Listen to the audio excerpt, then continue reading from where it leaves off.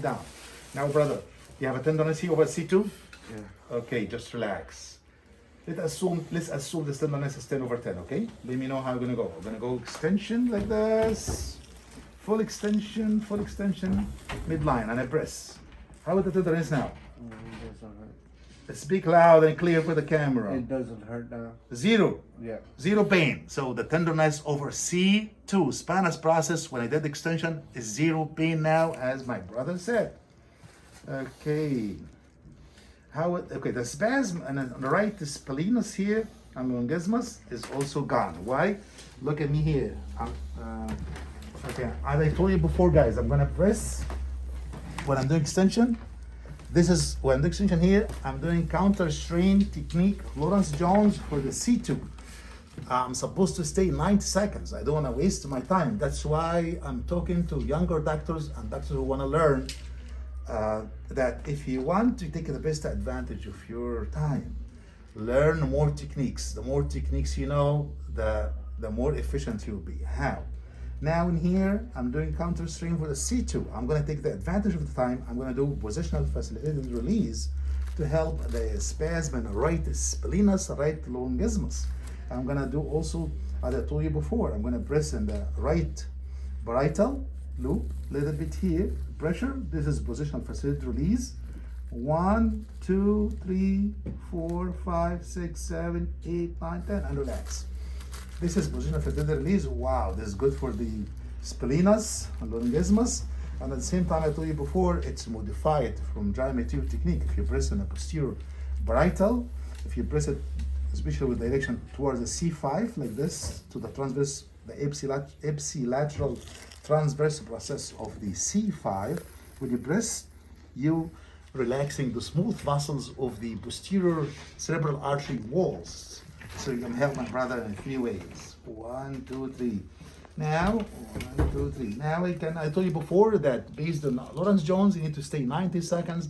I told you, Jamie, you said that in her advanced counter strain that you need more than 90 seconds because the fascia has tone as well, and the skin and the other tissues, and the people with the chronic pain, they have some changes in the central nervous system, and it takes time to adapt. You need more than that, but I told you JMTU came in 2002, but in 2010 some young American physical therapists, Brand and others,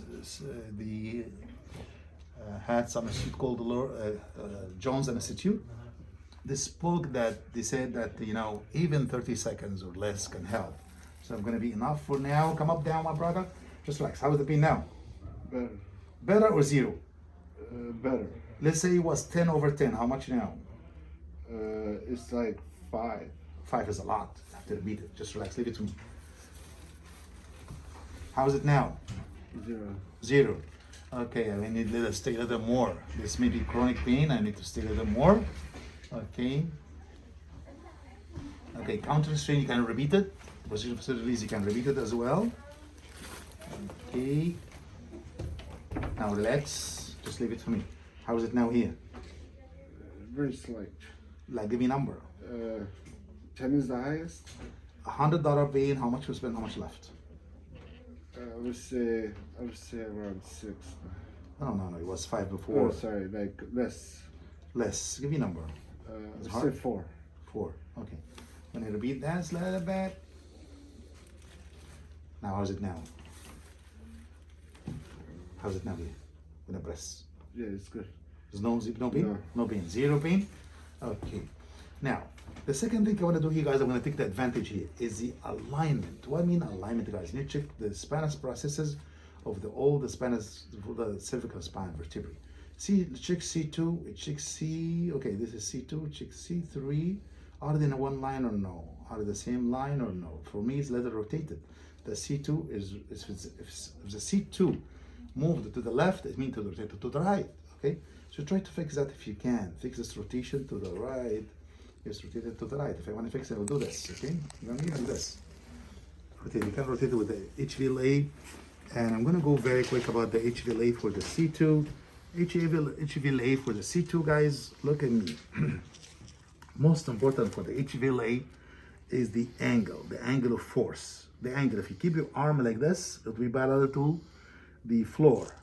This is good for the mid-cervical vertebrae, like C4 and 5, okay? But C1 and 2, you need to have your hand, okay, like this. Okay, creating acute angle with the floor.